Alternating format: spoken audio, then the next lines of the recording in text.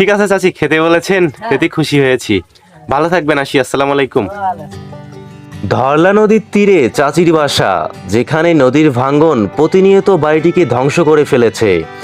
7বার বাড়ি ভেঙে গিয়েছে, কিন্তু চাচি কখনো হার মানেননি।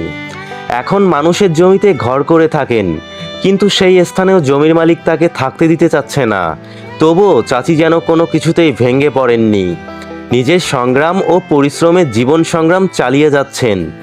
চাচির একমাত্র মেয়ে বিয়ে হয়েছে, তবে সেটা গরিব ঘরে। সেই মেয়ের বেলায়ও অনেক সংগ্রাম ছিল, কিন্তু চাচির কাছে অদৃশ্যভাবে এক ধরনের শক্তি ছিল, যেটি তাকে প্রতিদিন জীবনের নতুন চ্যালেঞ্জ মোকাবেলা করার শক্তি দিত। আমি চাচির রান্নাঘরে ঢুকতেই দেখলাম চাচি দেশি মুরগির গোশত রান্না করছেন। গরম মশলার দারুণ গন্ধে ঘরটা পূর্ণ ছিল। চাচি আমাকে বারবার খাওয়ার জন্য জোর করতে লাগলেন, যদিও জানতাম যে তার নিজেরই খুব